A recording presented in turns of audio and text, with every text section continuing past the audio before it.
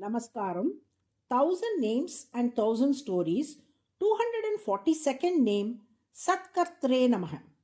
Thirubanalvar was born under the Rohini star in the month of Kartika in a place called Urayur near Trichy. He was the embodiment of the Srivatsam mark on the chest of the Lord Vishnu. A great devotee of Lord Ranganathan, Thirubanalvar hesitated to enter the temple, feeling unworthy in the presence of the Lord's supreme greatness. Instead, he stood on the southern bank of the Kaveri river in Srirangam, singing the Lord's praise while playing the veena he held in his hand. Sage Lokasarangar came to the river bank to collect water for the ceremonial bathing Abhisheka of the Lord. Thirubanalvar was so deeply immersed in devotion, singing the NAMAH Sankirtan with total surrender, he lost all awareness of his surroundings. Sage Lokasarangar, seeking to pass, told Thirubanalvar, "Move away from my way." However, Thirubanalvar, engrossed in his devotion, did not hear him. In frustration, Sage Lokasarangar picked up a stone and hurled at him, striking Thirubanalvar's forehead. Blood began to flow from the wound. Thirubanalvar, opening his eyes, immediately realized his mistake of blocking the sage's way and moved aside, pleading guilty.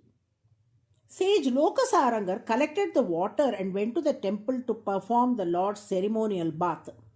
But the doors to the sanctum sanctorum were bolted from within. Despite trying hard, he could not open them.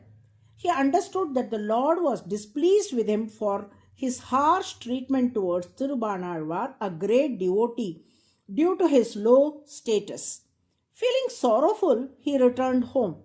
That night, Sage Lokasarangar had a dream in which the Lord spoke to him. "You treated my devotee poorly, and as a remedy, you must carry Thirubanalvar on your shoulders and bring him to my sanctum sanctorum." In the dream, he saw blood oozing from the Lord's forehead and understood that the Lord had taken on the injury inflicted on Thirubanalvar.